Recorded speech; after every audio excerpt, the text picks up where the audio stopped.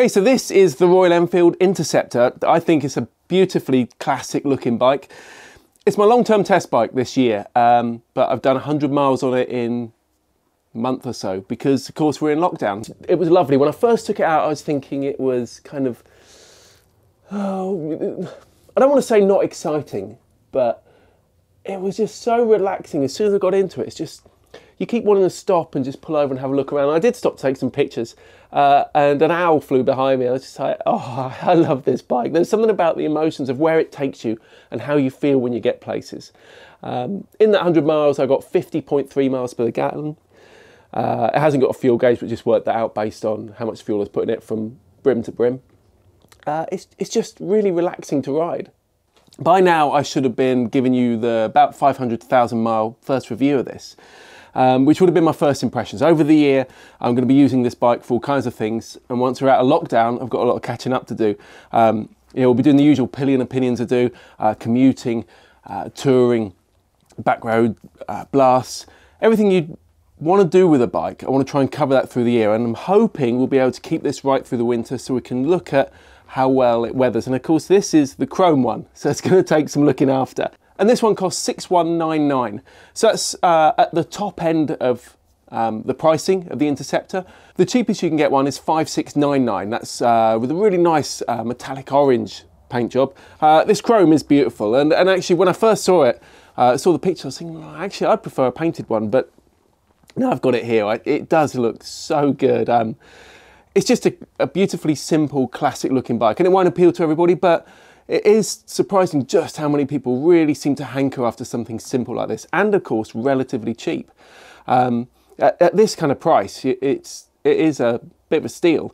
And I wish I could tell you exactly how it rides and exactly what it's like to live with on the road, but of course we're in lockdown. So instead, what I thought I'd do is take it to bits.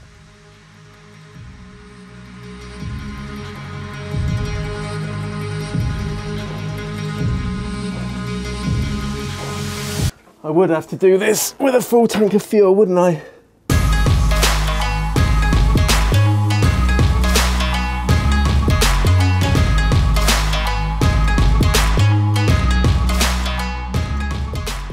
So it's a 648 parallel twin in this bike. It makes 47 brake horsepower at 7,250 RPM, so it's quite high up the revs. It's not a powerful thing, this. Torque, you're looking at 38.4 pound-foot, or that's 52 Newton meters at 5,250 RPM. But it does make a fair bit of its torque quite early in the rev range. It is heavy. You can really feel it when you're pushing it around. Claimed weight with fuel is 213 kilograms. It feels really top heavy when you're moving it around, but when you're riding it, not at all.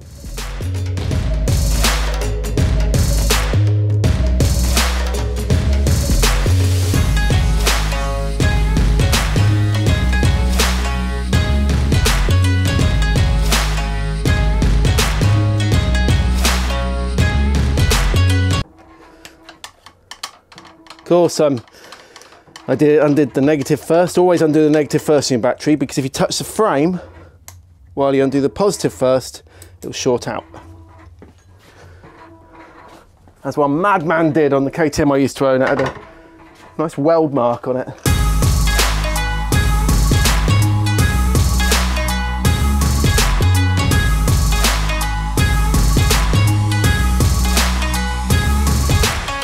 So there's not that much to take off really, but it's pretty interesting what's under here. And you know, it took me a bit of a fiddle to get some bits off, but now I know how to take things off, it'll be a lot quicker. But yeah, let's have a bit of a closer look. So these crash protectors, they're not standard. They're £109.99. You know, they look completely in keeping. It's not like putting crash bobbins or anything on them. They do look good. These bar end weights, they're an optional extra as well. They're £34.99. So this screen's an extra. That's £79.16. This is a tall one. Weirdly, for the shorter one, it's £83.33, so you pay more for less screen. So the only other accessory that was fitted to this bike when I got it was this sump guard, which is £54.16. Interestingly, when I took it off, it does look like somebody's bottomed this out at some point before the sump guard was fitted, so that covers that up quite nicely. It does look like the with this off, the oil drain bolt drains straight out, not going all over the exhaust pipes, which is really annoying when that happens on a bike. So I've got the battery out, of course. Now, here's the battery. It's a fairly chunky battery. I certainly don't think it's going to have much trouble starting this bike.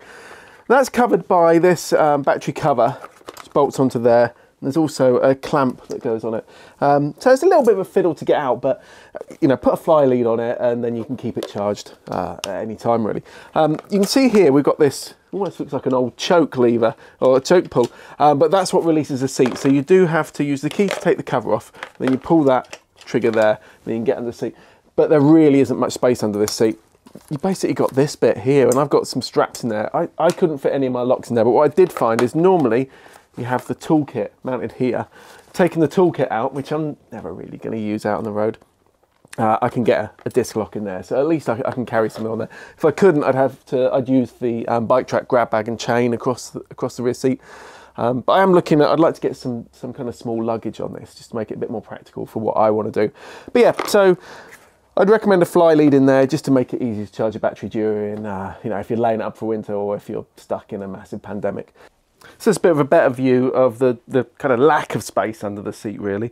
Because it is just a bench seat, you've just got that, and that's not really, you know, I shoved some rock straps under there because I can cram them in, and it just I won't do it now because I have to fold them up properly, but you can cram those in, and it just gives you a chance to be able to strap them to the back of the bike if you want to. It's a shame there's no real space in there, but you know, it is a classically styled bike, and they've not wanted to bulk it up. Underneath the seat, you can see there's no space under there to put anything, so you know, you are limited just to that and the side where the tool bag goes in.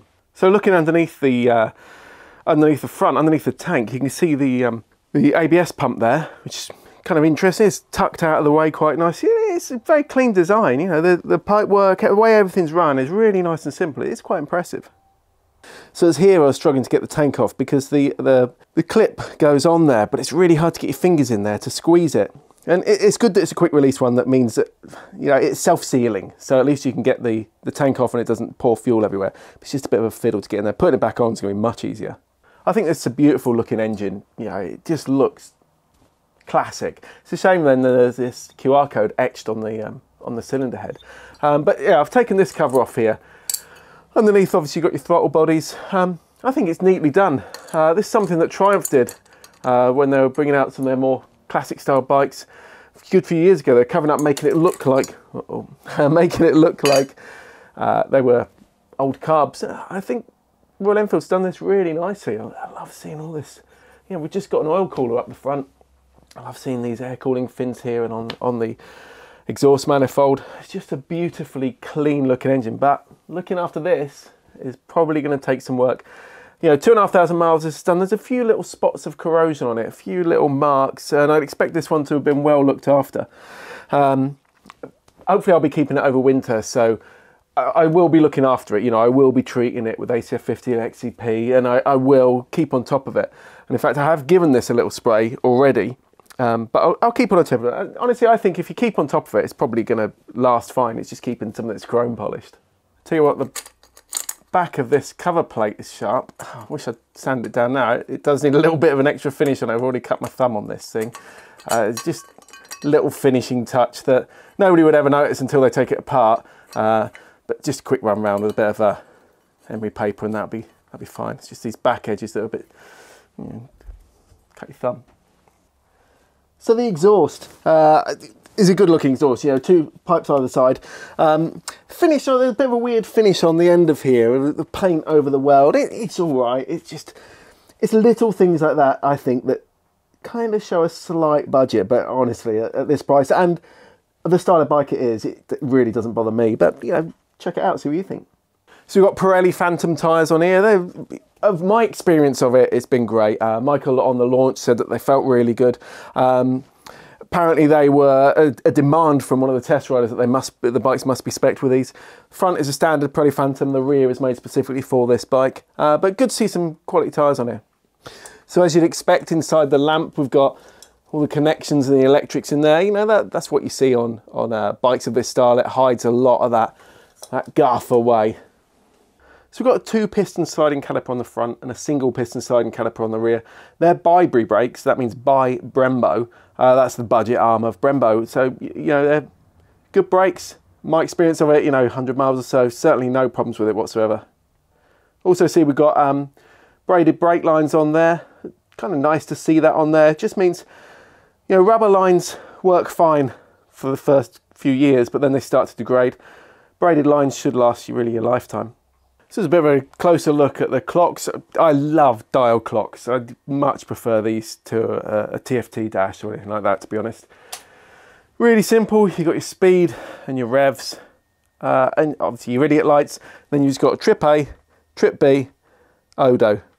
That's it. You know, it really is as simple as that. Then that's the thing, you know, you've got ABS on this bike. That's it. No other technical stuff, which I know a lot of people are going to love.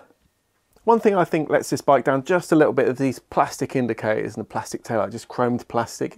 They're all right, but it's just when you get close to me, oh, that's a shame. I mean, this mudguard's plastic, but it looks all right painted. It looks good. The front one's plastic as well.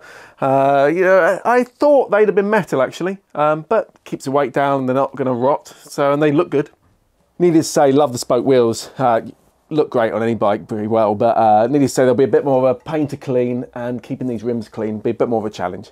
And yes, it's got a centre stand. I wish every bike had a centre stand, because it just makes looking after your bike, adjusting, lubing the chain so much easier. Brilliant, brilliant to have. Thank you, Royal Enfield. Welds on it, yeah, they're fine. These ones we're looking at here, they're fairly well hidden. Some of the welds that you see a bit more on the bike are maybe a little bit neater, but yeah, nothing too bad. Look fine. So I hope that's been interesting. You know, I wish I could tell you exactly what this was like to ride. Of the 100 miles I've done, I thoroughly enjoyed it. It's definitely got more than enough grunt for normal riding. On dual carriageways, it's fine. You know, you're easily doing 80, 90. On back roads, it's just lovely and relaxing to ride. It's not a bike that makes you go mad. I've got my ZX6R for that, but it is thoroughly enjoyable to ride. Honestly, when we're out of lockdown, I'll be putting a lot of miles on this and we'll do the proper riding stuff. One thing I did notice, Michael Mann was on the launch of this bike. He commented that the suspension felt a little bit cheap, and it is a budget bike. All I could tell you is, on dual carriageways, I noticed it most. It felt a bit bouncy. So, I've got these set of Hagon shocks. So, these cost £206.50, and they just bolt on and replace it. But that includes setting them up to suit the rider's weight, whether they're going to carry a pillion, any luggage or anything like that, all their requirements and their riding style. So they'll be set up to suit you. They're not like super top-end sports performance shocks, but they're made in the UK. They're a quality shock that I'm going to put on there and just see if that improves it for a relatively small outlay. I actually think they look better as well than the standard shocks. The standard shocks with those piggybacks on them, they just don't look right to me on a bike like this. So I think something like that from Hagon is going to look good. But I'm not going to put them on straight away. There's no point in me fitting these now, because I haven't put enough miles on the bike to be able to tell you exactly how these feel compared to it. So after lockdown, I'll probably be 2 weeks where I'm not going to be in the office because I've got a lot of product reviews to catch up on. So I'm going to be riding all around the country, just putting a lot of miles on this. So you will get some proper riding reviews of this very soon, I promise. Until then, if you've never seen one of these before, if this is the first you've seen of it, do let me know in the comments below what you think of it. And equally, if you've got one, let me know what you think. I'd love to hear from people who own these and how they're getting on with them, how they found riding them, looking after them, what it's like to live with one. And if you're a Bennett's Rewards member, there's going to be a link in the description or below where I'd like you to get in touch with us. If you're a Bennett's Reward member who owns one, get in touch through that link, and it'd be good to maybe meet up sometime, perhaps get a few of us together and go out for a ride, and really get together and find out what you think about this bike. So until then, I'll see you again soon.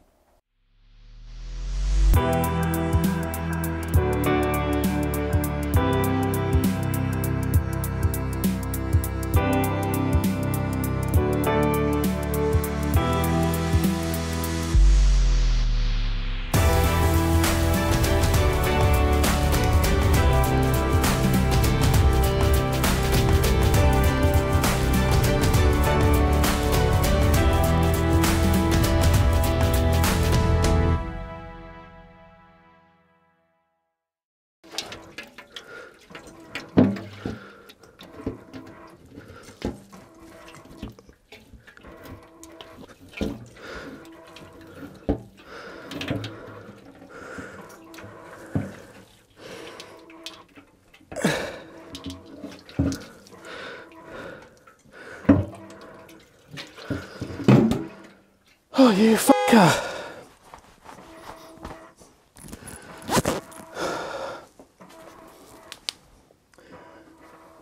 The release is buried between two cables. It's a quick release one. Well, it's not quick release. I'm sure there's a knack to this. But the ones I've opened have been the ones I didn't need to remove. And it's buried down in here. Making it really hard to get your fingers on.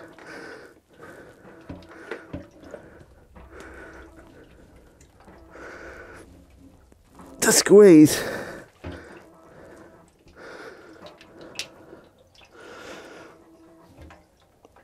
Here we go. Oh, you bastard. I'm sure there will be people watching this who've got one, or hopefully not a Royal Enfield mechanic, saying, don't do it that way, what are you doing? But it's lockdown, I can't ride it, so I'm just taking it to bits.